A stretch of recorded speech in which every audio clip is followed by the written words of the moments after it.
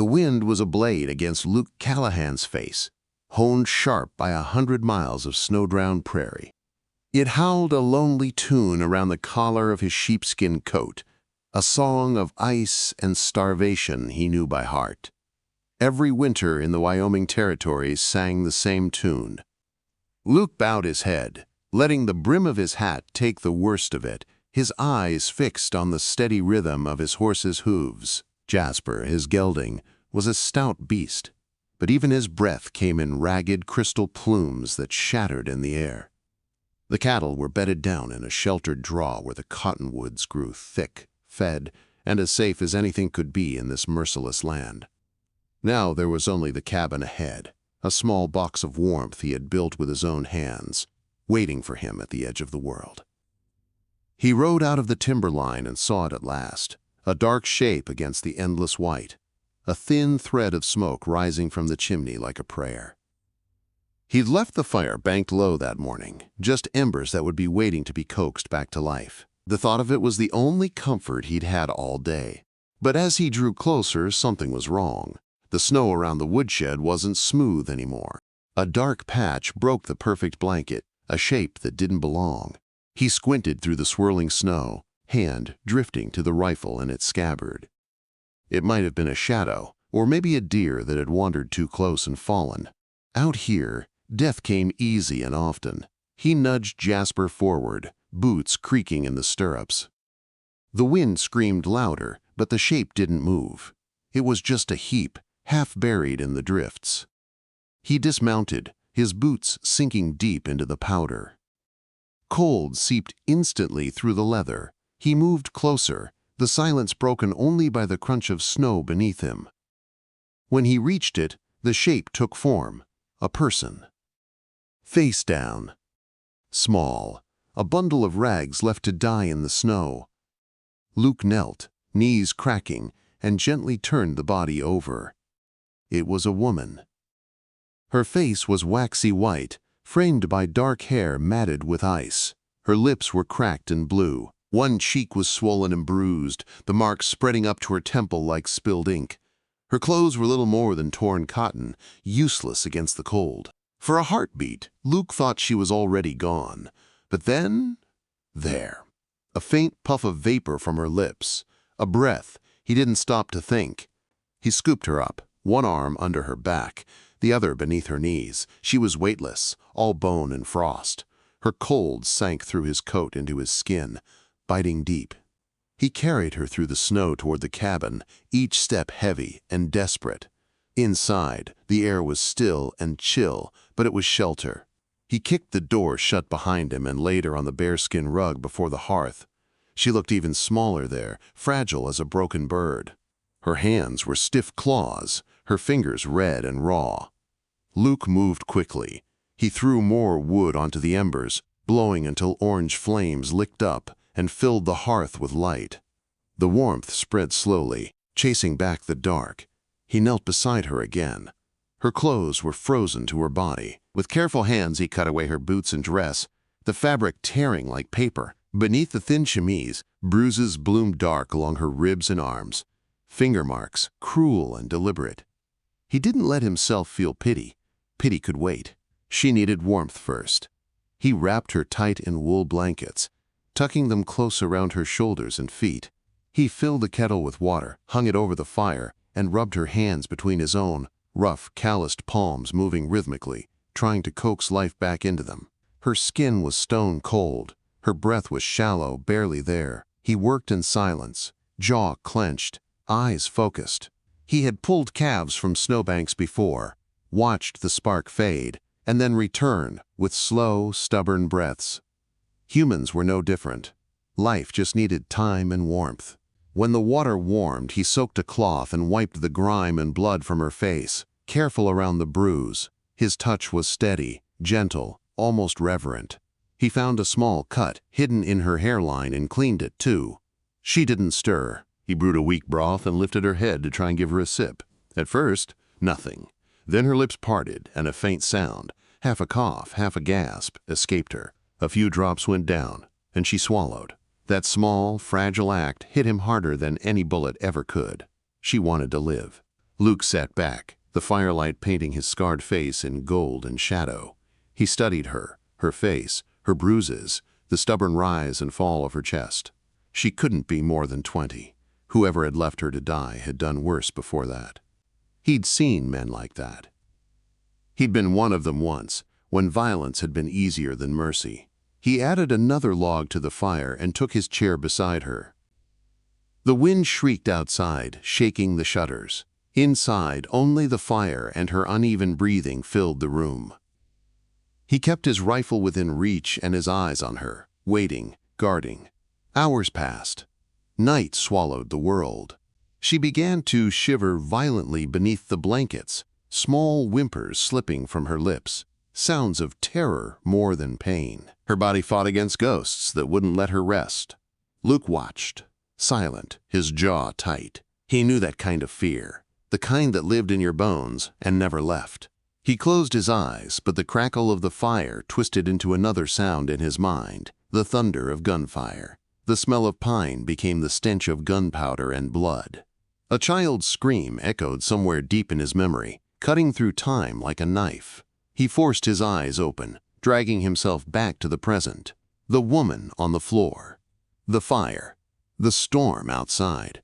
He took a slow breath, steadying himself. He wouldn't let the ghosts win tonight.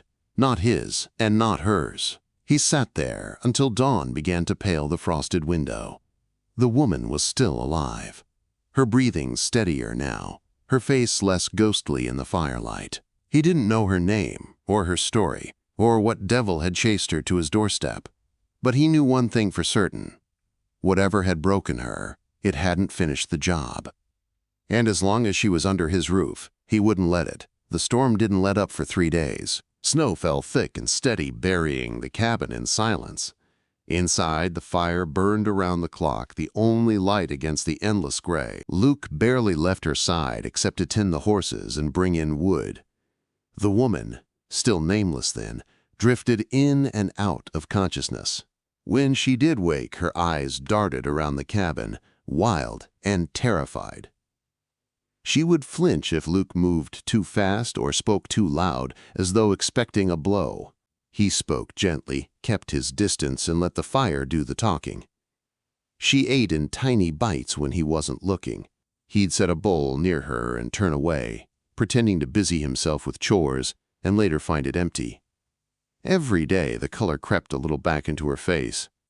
Every night the shaking came back worse than before.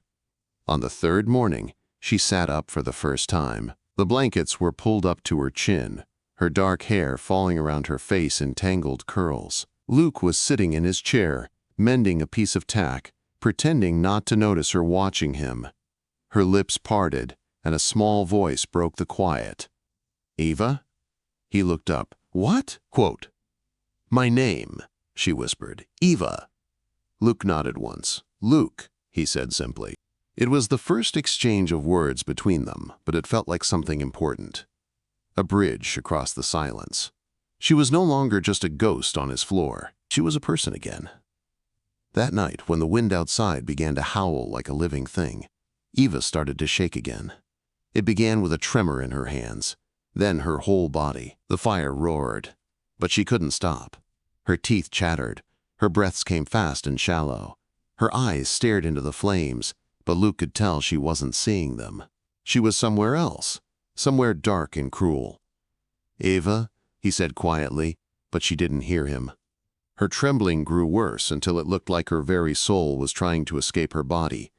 She made small, broken sounds, whimpers that twisted something deep inside him. He'd seen fear before, seen men die with it in their eyes, but this was different.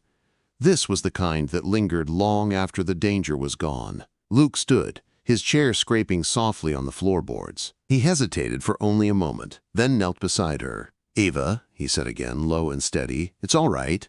She didn't respond. The tremors grew violent. She gasped as though choking on air. Luke made a choice then, the kind that came from instinct, not thought. He sat down on the rug beside her, the heat from the hearth warming his back. He reached out slowly, giving her time to pull away, but she didn't. He slid one arm behind her shoulders, the other beneath the blanket, and she stiffened instantly. A choked sound left her throat, half fear, half protest. Her fists pushed weakly against him. "It's all right," he murmured. "You're safe." His voice was low and even, the same tone he used to calm a spooked horse. He didn't release her. He just held her, steady as stone, letting her fight if she needed to. The fire popped softly beside them. Little by little, her struggle eased. The fight drained out of her until she was trembling against him, small and broken, her forehead pressed to his collarbone. Then the sobs came, deep, wrenching cries that shook her whole body. Luke said nothing. He just held her tighter. It was a long time before the tears stopped. When they did, she stayed where she was, limp and spent, her breathing slowing to match his. He could feel the faint rhythm of her heartbeat against his chest. For the first time since he'd found her in the snow, she was warm. Truly warm. He stayed that way until her shivering stopped completely, her body heavy with exhaustion. Then her head tilted slightly, and he realized she was asleep. Peaceful, finally. Luke sat still, staring into the fire, his jaw tight. He wasn't thinking of himself or the loneliness that had filled this cabin for years. He was thinking of the bruises on her arms, the cut on her forehead, the way she had screamed in her sleep. Whoever had done that to her was still out there somewhere, and if that man ever came for her again, Luke Callahan would be waiting. When morning came, Eve awoke in his arms. For a long moment she didn't move. The warmth, the steady rise and fall of his chest, it was unlike anything she'd felt in years. Then realization struck. She pulled away suddenly, wrapping the blanket tighter around herself, eyes wide and uncertain. "I'm sorry," she said quickly, voice trembling. Luke stood and gave her space. "You've got nothing to be sorry for." He poured 2 cups of coffee, his movements quiet and practical. She took hers in both hands, staring into the steam. Her lips trembled as though fighting words she wasn't ready to say. He didn't press her. Later that day, while he mended a saddle strap, she spoke again. Her voice was soft but steady. "My father owed him money," she began. "A man named Elias Apprentice. He said the debt could be cleared if I married him." Luke's hands froze, the leather strap slipping from his fingers. "I was 17, she continued, eyes fixed on the fire. "My father thought it would save us. He didn't ask what I wanted. I became that man's wife, and from the first night, I stopped being a person." The story came in pieces, her voice quiet, shaking but determined. She told him about the bruises, the fear, the nights she'd tried to run, about the beating that nearly killed her, and the storm she fled into with nothing but a torn dress and the will to die free. When she fell silent, the only sound was the crackle of the fire. Luke didn't look at her right away. He stared into the flames, jaw set, eyes hard. "His name's Apprentice, you said?" Quote. She nodded slowly. "You don't have to worry about him anymore," Luke said, his voice flat and calm. "You're safe here." He looked up, and in that look there was something cold and unshakable, something that promised the man who hurt her would never hurt anyone again. For the first time, Eva believed it. She believed she might finally be safe. That night, the storm outside broke. But inside, a different kind of storm was settling, one made of anger, justice, and a growing bond neither of them dared to name. The storm had passed, but peace didn't come with it. The days that followed were cold and tense. The sun shone on the snow like broken glass, but the air inside the cabin stayed heavy. Luke kept himself busy cutting wood, fixing tools, and checking the traps. Eva stayed close to the fire, still thin and pale, her eyes always darting toward the window as if afraid the wind might bring someone back with it. Then, one evening as Luke returned from the ridge, he noticed something strange. Tracks. 2 sets of hoofprints cutting through the snow, stopping near the timberline.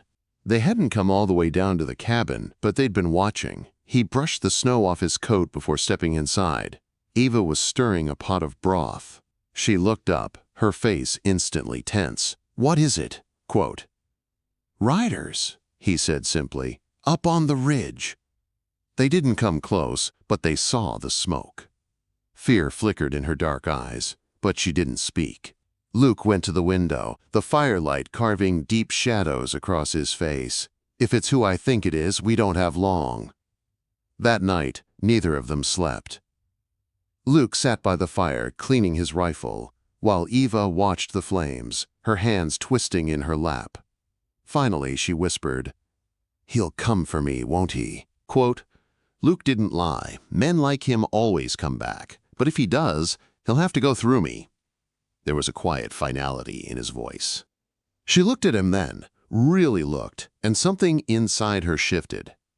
He wasn't just a stranger anymore. He was the only thing standing between her and the darkness she had run from. The next day he rode into town for supplies. He promised he'd be back by nightfall. When he left, the cabin felt empty, too big for her small frame and too quiet for her thoughts. Every gust of wind sounded like a knock at the door. When Luke entered the general store in Redemption, the chatter stopped. He could feel the weight of eyes on him.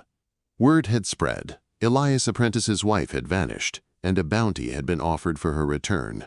"Callahan," the storekeeper said, his tone cautious. "You've been keeping to yourself these days. Heard you've got company up in those hills." Luke's expression didn't change. "Just me and the winter," he said, voice flat. He paid for his supplies and turned to leave when he noticed two men at the saloon across the street. Lean, hard-faced, watching him too closely. Hired guns. Apprentice's men. He didn't ride home fast. He didn't need to. They'd follow soon enough. When he reached the cabin at dusk, Eva was by the fire mending one of his shirts. She smiled when she saw him, a small, hesitant curve of her lips that warmed him more than the flames ever could. But that warmth didn't last long. The following morning, a rider appeared through the trees. Luke saw him first, a lone figure in a worn hat, his horse lathered with sweat. "Get inside," Luke said quietly. "Bar the door." She obeyed. The rider dismounted slowly and lifted a hand. "Luke," he called, "it's Clay." Luke's grip on the rifle eased slightly. He knew Clay from cattle drives years back. A decent man. Inside, Eva watched from the window, her breath fogging the glass. She saw the two men talking, their faces grave. Then Luke waved her out. Clay nodded toward her. "You've got trouble coming. Apprentice knows where she is. He's got Judge Hartley backing him. There's a bounty on your head now too, Luke. $200 for harboring her." Eva's face went pale. "Because of me," she whispered. Luke didn't look at her. His voice stayed low and calm. "Then it's my fight too." Clay's jaw tightened. "You can still run. Head north into the high passes. You might lose them there." Luke shook his head. "I'm done running." After Clay left, the cabin was filled with silence again. Eva stood by the fire, her arms wrapped around herself. "They'll kill you," she said. "You know that, don't you?" He met her eyes. "Maybe. But not before I end this." That night, she couldn't stop crying. He held her until the sobs turned to silence. When dawn came, he was already saddling his horse. "You're going to Clay's wife," he said firmly. "She'll hide you till this is over." "I won't leave you," she said. He stepped close, resting a hand against her cheek. "You will, because if you're here, I'll be fighting with one hand on my gun and the other on my fear for you." She pressed her forehead against his chest. "Promise me you'll come back." "I'll try," he said, and that was the truest thing he'd ever spoken. Luke rode out before sunrise. Eva watched until he disappeared over the ridge, then turned back into the small cabin that had become her only home. He rode to town that same day. The street was empty except for 4 horses tied outside the saloon and the faint sound of piano keys echoing inside. Luke dismounted, tied Jasper, and pushed through the doors. Elias Apprentice was there, sitting fat and smug at a table beside Judge Hartley, a glass of whiskey in his hand. Luke walked straight toward them. "You and me," he said evenly. "This ends today." Apprentice laughed, but his eyes were hard. "You really think you can walk into my town and tell me when things end?" Luke tossed a crumpled piece of paper onto the table. It was a statement from a young servant girl, the proof of Apprentice's cruelty. The judge glanced at it, smirked, and let it fall to the floor. "You don't understand, Callahan," Hartley said softly. "We are the law here." "Not anymore," Luke said. The first shot came from one of Apprentice's men. Luke's revolver answered faster. The saloon erupted into chaos. When the smoke cleared, 2 of the hired guns were down. Apprentice was on the floor, clutching his chest, his blood soaking the boards. Judge Hartley fled through the back door, his power gone with the echo of gunfire. Luke staggered, clutching his bleeding shoulder. Clay and a few townsmen burst through the doors, guns drawn. "It's over," Clay shouted. Luke dropped his weapon. The world tilted. Then everything went black. He woke 3 days later in Clay's spare room. The wound hurt like hell, but Eva was there. Her hand was on his, her eyes full of tears and relief. "You came back," she whispered. "Guess I'm too stubborn to die," he rasped, managing a weak smile. Weeks passed. Redemption was changing. The judge had vanished, and men were talking about electing a real sheriff. The town that once bowed to fear was finding its spine again. When spring came, Eva received word from a traveling lawyer. Her so-called marriage to Apprentice had never been legal. She was free, truly free. The day she got that paper, she stood on Clay's porch staring at the horizon. For the first time in her life, she could go anywhere. She could start over. But freedom meant nothing without him. That evening, Luke found her gone. Panic rose in his chest until Clay told him she rode north toward the cabin. Luke didn't waste a second. He rode hard through the melting snow, his shoulder aching, fear and hope wrestling inside him. When he reached the clearing, he saw smoke curling from the chimney. She was there, kneeling by the hearth, coaxing a fire to life. She turned as he stepped through the door, her face lighting up with a smile. "I was worried the flue might be clogged," she said softly. He stood there, unable to speak. She walked to him, eyes shining. "This time," she said, her voice steady, "I'm staying for the spring, and the winters too." Luke swallowed hard. The last of his ghosts seemed to fade in that moment. He took her into his arms. That night, snow began to fall again outside, soft and slow. The fire roared bright inside the cabin. Eva trembled once more, but it wasn't from fear or cold. When he pulled her into his lap by the fire, she smiled through her tears and whispered, "This time, I'm shaking because I'm alive." And for Luke Callahan, that was all that ever mattered.